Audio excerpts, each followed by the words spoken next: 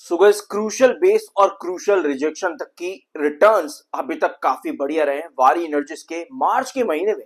और अभी उस समय में जहां पर मार्केट इतना वॉलेटाइल 74,200 तक सेंसेक्स गिरता है, उसके बाद 72,800 और आज लगभग 76,000 की तरफ वापस मार्केट रिटर्न दे चुका है। और वारी एनर्जीज इस बीच में सिमिलर चीज बना करके गया है। वॉलेटिलिटी मार्केट में कितनी रही, लेकिन वारी एनर्जीज ने स्टिल वहां पर अडेप्ट किया है। रीजन चार्ट है, लेकिन अपार्ट फ्रॉम दैट बहुत सी खबरें जो हमने इस महीने में डिस्कस करी है वारी एनर्जीज के रिगार्डिंग। इस वीडियो में दो कंपनीज के बारे में डिस्कस करेंगे, जैसे कि आप लोगों ने थंबनेल और टाइटल में देख ही लिया है। पहली कंपनी आपकी है स्प्लिट से रिलेटेड, यानी कि आरबी डेनिम्स, जो कि 2:1 के रेशियो से स्प्लिट अनाउंस कर रही है, यानी कि आपको 2 शेयर पर 1 शेयर मिलेगा। एक्स डेट क्या है? 2 अप्रैल की। ठीक है, 2 अप्रैल की एक्स डेट है।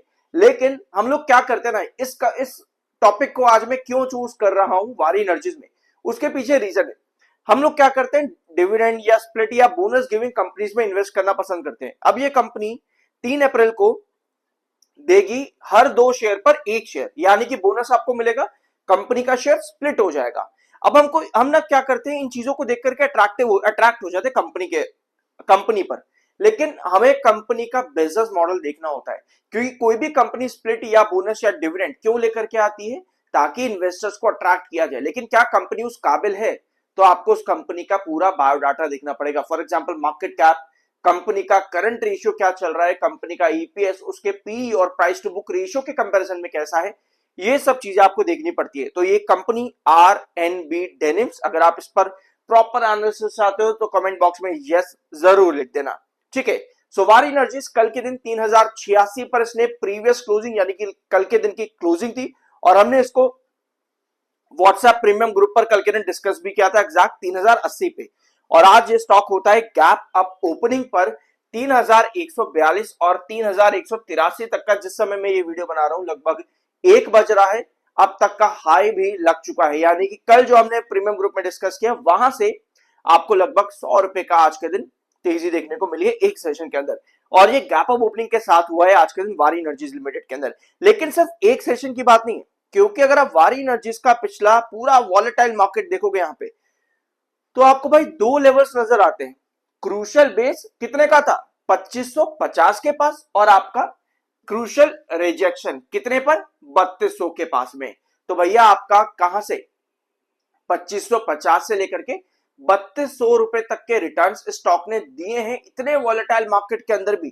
तो भाई रिटर्न्स काफी बढ़िया है। ऑफ कोर्स 700 रुपए से ज्यादा की तेजी आप लोगों को देखने को मिली इतने खराब मार्केट के अंदर, जहां पर मार्केट 72,800 तक भी ड्रॉप कर गया। ठीक है, तो रिटर्न्स काफी बढ़िया है। लेकिन आप यहां पर देखना, इस समय 3200 के पास जो स्टॉक काम कर रहे हैं, 3200, ये इसका क्रूशियल रिजेक्शन रहा है। सिर्फ एक बार नहीं, यहां भी और एक बार यहां पर भी। आज भी आप वापस से 3200 के पास आ चुके हो। ऑल्दो आज के दिन का हाई 3200 का नहीं है, पर उसके काफी करीब हो आज, क्योंकि पहले भी यहां से एक बार 2 बार रिजेक्शन खाया है वारी एनर्जीज ने। अब देखना यह है कि कितनी सस्टेनेबिलिटी बनाता है। अब मैं आपको एक कॉन्सेप्ट बताता हूं, यहां पर एक बार इसको समझना। पहले तो एक बार यहां पर देखो स्टॉक ने क्या किया है, पूरा बढ़िया से एक वेजेस पैटर्न ड्रॉ कर दिया।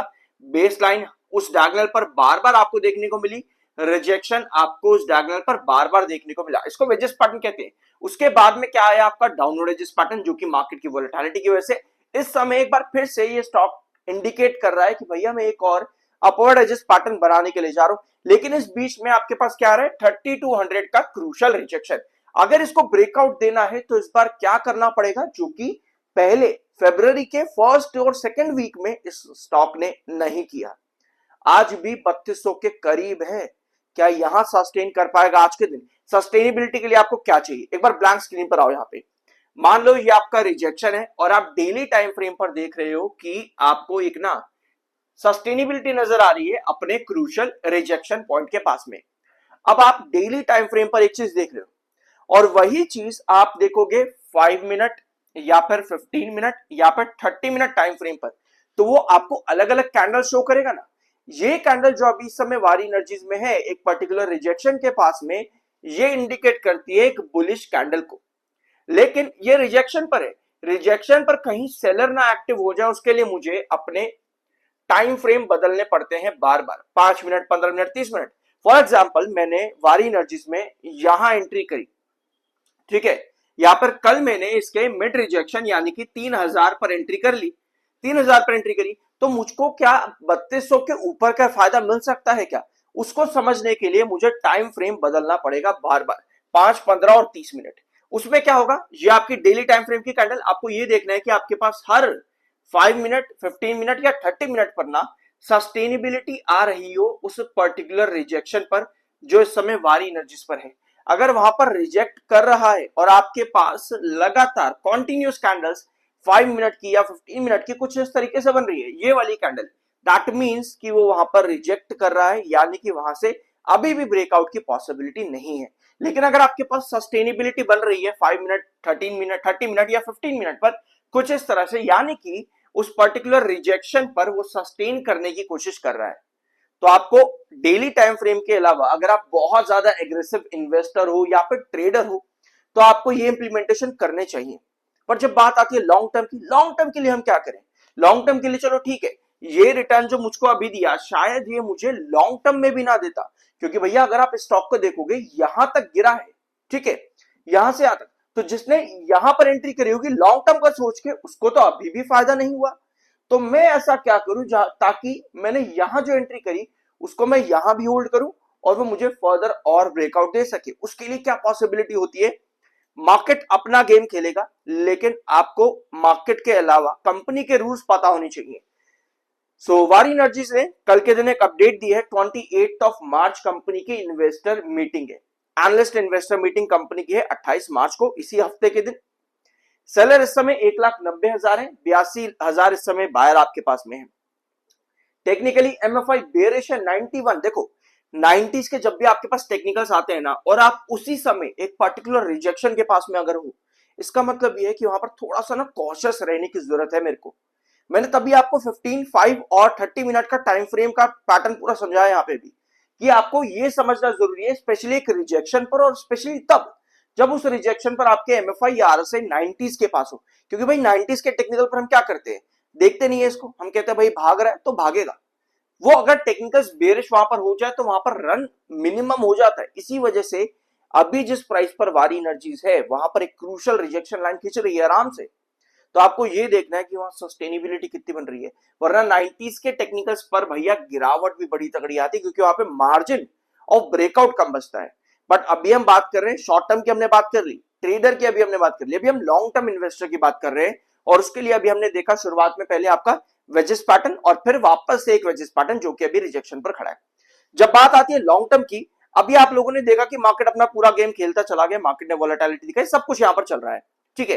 अपार्ट फ्रॉम दिस जब लॉन्ग टर्म की बात आती है ना, तब आपको ये देखना है कि कंपनी के रेवेन्यू किस तरह से ग्रो कर रहे हैं एनुअल बेसिस पर। मैं क्वार्टर की बात नहीं कर रहा, क्वार्टर में तो भैया हर क्वार्टर में कंपनी का रेवेन्यू बढ़ रहा है, लेकिन शेयर नहीं बढ़ रहा ना, शेयर ने तो गिरावट हमको दी, न्यूज की वजह से दी हो या किसी वजह से दी हो, हमको चाहिए होता है ये ग्रोथ। ये 119%, 70%, अगर कंपनी इस तरीके का ग्रोथ दे रही है तो भैया बहुत बढ़िया बात है। इसके पहले दिसंबर 2024 में कंपनी ने 117% का ग्रोथ दिया, उसके बाद देखो कंपनी का ग्रोथ कितना ज्यादा गिर गया। अब अगर कंपनी 119% के ऊपर का ग्रोथ कंटिन्यू करती है, यानी एनुअल बेसिस पर, यानी अगर पिछले साल कंपनी का रेवेन्यू 4004 करोड़ पर था, तो इस बार कंपनी को 119% का रेवेन्यू देने के लिए कितना रेवेन्यू बनाना पड़ेगा? 119% के ऊपर का ग्रोथ देने के लिए कंपनी को बनाना पड़ेगा लगभग 8,200 करोड़ के आसपास, 400 नहीं 8,800 करोड़ के आसपास, 8,800 करोड़ का कंपनी को इतना रेवेन्यू बनाना पड़ेगा, 8,800 करोड़ का, ताकि कंपनी 120% के ऊपर आ सके। ये मैं रफली बता रहा हूं, आप इसको कैलकुलेट कर लेना, कम से कम इतना रेवेन्यू कंपनी को चाहिए ताकि एनुअल बेसिस पर आपका ये ग्रोथ इतना आ सके और क्वार्टर ऑन क्वार्टर बेसिस पर आपका ग्रोथ बढ़ सके। यही चीज आपकी प्रॉफिटेबिलिटी में भी चाहिए होती है। ये लॉन्ग टर्म का क्राइटेरिया होता है। शॉर्ट टर्म में आपको ट्रेंड्स देखने हैं, कहां पर आपके रिजेक्शन है, कहां पर आपकी बेस लाइन है। लॉन्ग टर्म के लिए कंपनी के रेवेन्यू ग्रोथ परसेंटेज और प्रॉफिट ग्रोथ परसेंटेज जितना बढ़ेगा, उतनी ही स्ट्रेंथ कंपनी के फंडामेंटल यानी कि EPS, price to book ratio और पी रेशियो को भी मिलती है। तो ये था आज दिन का वारी एनर्जीज का वीडियो। आई होप कि यहां पर आपको कुछ जानने को मिला और कुछ नया मिला हो, तो सब्सक्राइब जरूर करना। मिलता अगले वीडियो में।